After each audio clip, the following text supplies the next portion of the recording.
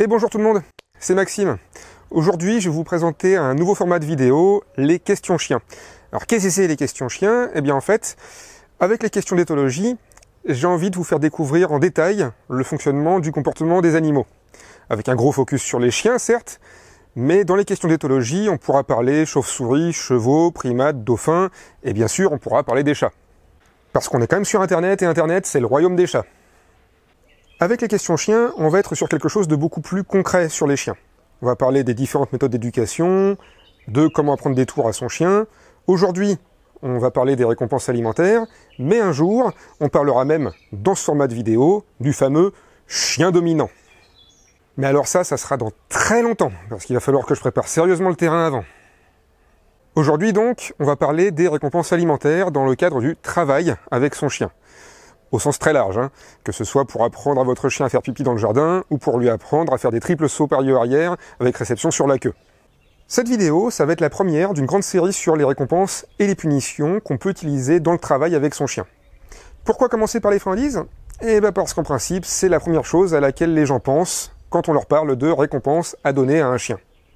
Et pourquoi parler des récompenses avant les punitions?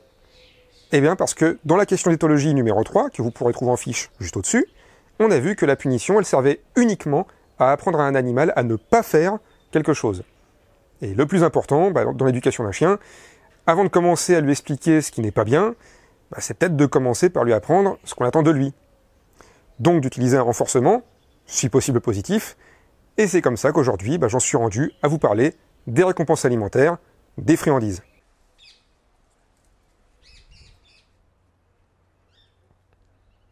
Les récompenses alimentaires, on peut les utiliser de différentes façons, comme à l'heure pour attirer son chien, pour le récompenser après un bon comportement, ou pour le motiver à proposer des nouveaux comportements. La friandise a pas mal d'avantages par rapport aux autres récompenses. Premièrement, c'est un renforçateur primaire, qui va donc motiver tous les chiens, même un minimum. Même si des fois ça peut être très difficile de trouver à motiver un chien qui est très stressé ou surexcité. Mais normalement, en cherchant un peu et en étant patient, on trouvera un levier avec les friandises. Deuxième avantage, la récompense alimentaire, c'est une récompense qui est rapide à utiliser. Bien plus que le jouet par exemple, où il faut attendre que le chien attrape le jouet, qu'il veut bien nous ramener le jouet et qu'il veut bien nous le donner pour pouvoir continuer ensuite le travail. Troisième avantage, on peut quasiment pas faire d'erreur avec une friandise. En tout cas par rapport au jeu et à la caresse. Pas de risque de mauvaise interprétation de la part du chien. En fait, on a certains jeux qui vont être à déconseiller pour certains chiens, parce qu'il va leur faire peur, ou trop les exciter. Et avec la caresse, on a vite fait de transmettre de mauvaises informations à notre chien, ou de lui donner l'impression d'être coincé. Bon après, si la friandise a pas mal d'avantages, on lui prête aussi parfois des inconvénients. Justifiés ou non d'ailleurs, Vous avez sûrement entendu déjà quelqu'un vous dire « Fais attention, si tu donnes des friandises à ton chien, il ne travaillera pas pour toi, mais seulement pour la friandise. » Mais bon, vu que la personne en question a souvent mis un collier d'étrangleur à son chien, vous pourrez lui répondre « T'as raison, ouais. Mon chien, c'est vrai qu'il travaille beaucoup pour avoir sa friandise. Mais le tien, il travaille beaucoup pour éviter de se faire étrangler. » Et oui, un chien travaille en premier pour son propre bénéfice. Avoir quelque chose de sympa ou éviter quelque chose de désagréable.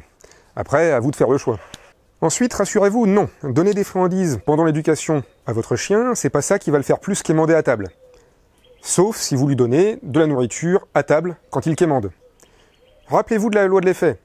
Si un comportement marche, je recommence. Ah puis je mets un franc dans la machine de coca, elle tombe une bouteille. Je mets encore un franc, elle tombe une bouteille. Je mets encore un franc, les gens disaient « Oh, mais elle va tout prendre. » Dis donc, tant que je gagne, je joue. Par contre, c'est vrai qu'il y a de vrais inconvénients à la récompense. On a en premier, les doigts qui puent. Bon, ça va dépendre de la récompense que vous utilisez, mais entre l'odeur de la friandise et la bave du chien, ouais, en principe, faut se laver les mains après un entraînement. Deuxième inconvénient, ça demande de la préparation. Il faut découper les friandises, les avoir à disposition et en avoir assez pour faire toute la séance de travail. C'est clairement du temps à prévoir et de l'organisation, mais de toute façon, en principe, une séance de travail, ça se prépare, ça s'organise.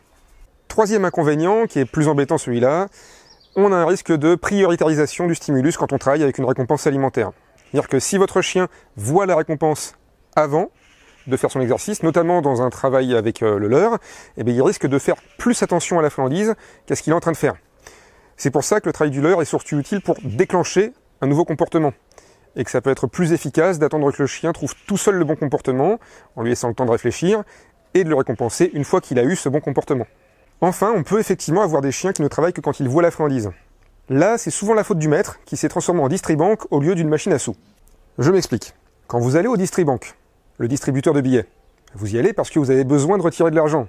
Et si vous n'avez pas besoin d'argent, vous n'y allez pas. Par contre, une machine à sous, on y va parce qu'on se dit que peut-être on va gagner le gros lot, le jackpot. Et parfois on le gagne, mais très souvent on le perd. Mais on y retourne quand même, parce qu'on sait qu'on peut peut-être gagner. Bref, assez avec les exemples à la noix.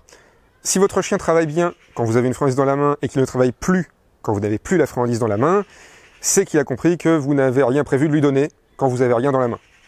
Dans ce cas-là, la solution est assez simple, même si elle peut être un peu longue. Commencez votre séance de travail comme d'habitude, en montrant vos friandises à votre chien, puis cachez-les après quelques répétitions. Une fois les friandises cachées, demandez à votre chien le comportement que vous venez de travailler. Et s'il le fait, même lentement, vous prenez une friandise et vous lui donnez. Faites-lui croire que vous êtes devenus des espèces de magiciens de la friandise qui peuvent sortir des récompenses de n'importe où et n'importe quand.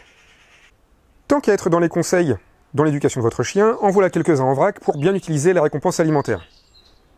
Tout d'abord, pas la peine d'affamer votre chien avant une séance de travail. Alors bien sûr, faut pas non plus qu'il sorte juste de sa gamelle, mais vous avez vraiment pas besoin qu'il ait jeûné pendant 48 heures pour qu'il soit motivé. En fait, on rejoint la notion de valence de la récompense qu'on a vue dans la question d'éthologie numéro 5. En fonction de la situation, de ses préférences, de son état émotionnel, votre chien ne va pas donner la même valeur à telle ou telle récompense. Votre chien n'est pas motivé ? Changez de friandise pour en trouver une plus appétante. Ensuite, pas la peine de donner à votre chien un fémur de vache à chaque fois qu'il réussit quelque chose de bien. Les chiens vont souvent être plus motivés et excités en voyant une grosse récompense, mais ils sont parfois tellement excités qu'en fait, ils retiennent moins bien l'information. Le mieux pour vos entraînements, c'est d'utiliser des petites friandises, mais des trucs bien goûtus qui vont avoir une grosse motivation pour votre chien. En parlant de motivation trop grande, d'autres récompenses, elles vont peut-être pas motiver assez votre chien pour travailler. Dans ce cas-là, n'hésitez pas à tester plusieurs récompenses avec votre chien. Sachez reconnaître ce qui l'éclate et ce qui réussit à le motiver en toutes circonstances. Vous pourrez garder ces récompenses pour des entraînements dans des milieux bruyants et agités, et garder les friandises de plus faible valeur pour les entraînements à la maison, au calme. Dernier petit conseil, faites attention si vous avez plusieurs chiens avec vous. Surtout si vous avez des récompenses qui ont vraiment une forte valeur. Une bagarre, c'est vite arrivé. Donc si un chien débarque pendant que vous êtes en train de travailler votre chien pendant la balade, faites attention à rien laisser tomber par terre. Allez, on va finir cette vidéo en parlant des grandes familles de récompenses alimentaires. Pour chaque famille, je vais les noter du point de vue humain et du point de vue du chien, par rapport à la facilité d'utilisation, la facilité de préparation, la facilité de stockage, la motivation pour le chien et le respect de l'équilibre de la ration alimentaire du chien. Ça va peut-être faire un petit peu liste de courses, mais au moins vous saurez à quoi vous en tenir. Allez, les croquettes du quotidien. Du point de vue humain, c'est tranquille. C'est relativement sec, ça fait tout de suite la bonne taille, ni trop petit ni trop gros, c'est facile à préparer et ça se stocke facilement. Du point de vue du chien par contre, c'est un peu moins bien. Niveau motivation, ça risque d'être complètement dans les choux, sauf si vous avez à la maison la caricature du labrador qui bouffe tout. En même temps, votre chien il a régulièrement accès à de grandes quantités de cette nourriture sans avoir à faire le moindre effort pendant ses repas. Par contre, si vous avez un chien qui a tendance à prendre du poids, c'est peut-être la récompense alimentaire idéale. Si vous avez peur que votre chien grossisse, vous avez qu'à retirer de sa ration du soir ce que vous avez utilisé pour vos séances de travail pendant la journée. Mais en règle générale, vous inquiétez pas. À part si vous avez vraiment un très petit chien, quelle que soit la friandise, votre chien ne prendra pas de poids à cause des séances de travail. C'est vrai qu'on peut utiliser beaucoup de récompenses pendant ces séances, mais elles sont vraiment toutes petites. Pour continuer dans les rations quotidiennes des chiens, peut-être que votre chien est nourri à la pâtée. Ça peut être aussi utilisé en guise de récompense alimentaire. Du point de vue humain, par contre, c'est pas génial. Ça sent fort, c'est très humide, et ça part en tout petits morceaux dès qu'on essaye de le manipuler. À la limite, ça pourrait être pratique sur des tout petits chiens, mais il faudra veiller quand même à ne pas laisser traîner une boîte qui a été ouverte pendant trop longtemps. Côté chien, la nourriture humide, en général, il préfère ça que les croquettes. Mais si votre chien est nourri exclusivement à base de pâté, ça restera pour lui d'un ennui terrible. Ça reste en revanche une nourriture très équilibrée. Allez, on va passer maintenant aux vraies friandises, et pour commencer, les friandises industrielles que vous pourrez trouver en grande surface ou en animalerie. Du côté humain, franchement, c'est top. Très facile d'utilisation, ça fait pile poil la bonne taille pour nos chiens dès la sortie de la boîte. En principe, c'est très sec, ça laisse pas trop d'odeur sur les doigts, et niveau stockage, on est à peu près au même niveau que les croquettes. Pour le chien, c'est mieux que les croquettes de repas, mais c'est quand même pas top. En fait, c'est assez peu goûteux et on va souvent plutôt utiliser ces friandises avec des chiens qui sont très gourmands ou dans des environnements très calme et sans distraction. Au niveau qualité alimentaire, c'est quand même pas top. Beaucoup de graisse, beaucoup de glucides pour tenir le tout. Il y a des colorants, des conservateurs à outrance, bref, ça dépanne, mais pour moi, c'est pas la meilleure des friandises au monde. On va rentrer dans le vif du sujet avec l'alimentation humaine. Vous avez sûrement remarqué que nos chiens sont bien plus intéressés par nos gamelles que par les leurs. Mais il faut faire quand même attention à ne pas leur donner n'importe quoi. Certaines choses que nous, on peut manger, elles peuvent être très toxiques pour nos loulous. Bien sûr, on rencontre le chocolat, mais on a aussi par exemple l'avocat, la pomme de terre ou l'oignon. Dans le doute, je vous mets dans la description de la vidéo le site du centre antipoison de l'école vétérinaire de Nantes. Il est assez simple et très bien fait pour savoir ce qui peut être dangereux pour vos chiens. De mon côté, je vais vous recommander 2 aliments qui sont ceux que j'utilise le plus souvent en éducation canine. Les saucisses déjà cuites, genre saucisses de Strasbourg. Côté humain, ça se découpe hyper facilement à la taille qu'on aura choisie pour notre chien. Voilà par exemple la taille d'une récompense que j'utilise pour Finway. Finway, c'est un chien loup tchécoslovaque, il fait 40 kg, et vous voyez la taille de la friandise que j'utilise. Le chien aime bien, je dirais à vue de nez qu'on a 80% des loulous qui sont vraiment à fond dès le début avec cette récompense. Le point noir par contre, c'est le stockage. Comme tout produit frais, après une demi-journée, en principe, il faut tout jeter et nettoyer votre pochette à friandises. Niveau équilibre de la ration, c'est sûr que c'est pas génial, mais mon intime conviction me dit que c'est sûrement pas pire que les récompenses industrielles. Dans le même genre, vous avez tout ce qui est fromage à pâte pressée cuite, genre gruyère, emmental ou cheddar. Ça marche très bien, je les utilise souvent en alternance avec les knackis ou en mélange avec. Après, à vous de voir selon votre préférence et celle de votre chien. Mais bon, s'il doit y avoir vraiment une grosse différence avec les knackis, c'est que quand il commence à faire chaud, c'est pas tip top à manipuler et puis ça sent un petit peu mauvais. Pour finir, on va partir sur la friandise de luxe, la friandise faite maison à partir de viande séchée. Alors, je ne parlerai pas de viande crue, déjà parce que contrairement à ce qu'on pourrait penser, la plupart des chiens préfèrent la viande cuite à la viande crue, mais surtout parce qu'au niveau de la conservation, un bout de viande qui a traîné 2-3 heures au soleil dans une sacoche, je suis pas convaincu que ce soit top au niveau santé pour votre chien. Aujourd'hui, je vais vous donner les recettes de mes 2 friandises avec lesquelles je trouve le plus de valence pour la plupart des chiens. Le poulet séché et surtout le foie séché. Le pire, c'est que ces friandises, c'est sûrement les moins chères que je pourrais vous proposer dans cette vidéo. Voilà, pour le poulet, 6,90 € le kilo, et pour le foie de porc, 1,90 € le kilo. Et le pire, c'est que le foie, c'est ça qui marche le mieux avec les chiens en principe. Le poulet séché donc. Il vous faut pour ça un four à chaleur tournante ou un four déshydrateur. Vous devriez pouvoir en trouver pour moins de 80 € assez facilement. Pour pas vous embêter, je vous conseille de faire de longues tranches avec vos morceaux de poulet. Ensuite, vous les disposez sur vos grilles de stessage et au four déshydrateur à 70 degrés pendant 7 heures. Et oui, c'est ça le problème avec cette récompense, c'est que c'est très long à préparer. Par contre, une fois prêt, ça ressemble à ça. Vous pouvez le stocker tel quel dans une boîte hermétique ou le découper en petits morceaux, ça tiendra assez longtemps.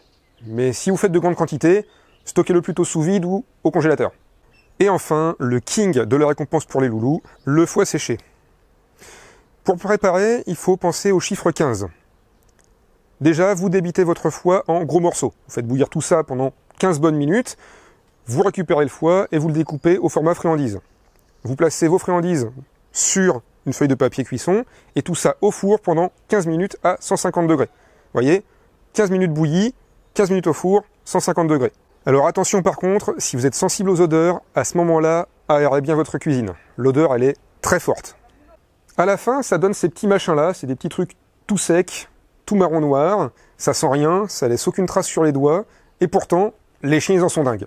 Voilà, je pense que maintenant vous savez à peu près à quoi vous en tenir avec un panel assez représentatif de friandises. Vous pouvez faire maintenant vos essais et voir ce qui marche le mieux avec votre chien à vous. Pour voir ce que votre chien préfère, proposez-lui 2 récompenses plusieurs fois d'affilée, et vous verrez laquelle il préfère. Ça peut être très intéressant de faire ensuite une échelle de ce qui motive votre chien. Vous pourrez comme ça garder les friandises à forte valeur pour les entraînements les plus difficiles, et utiliser celles qui le motivent le moins pour le travail au calme à la maison. C'est sur ces mots que je vous laisse. J'espère que cette vidéo et ce nouveau format vous ont plu. Je vous dis à la semaine prochaine. Clap de fin!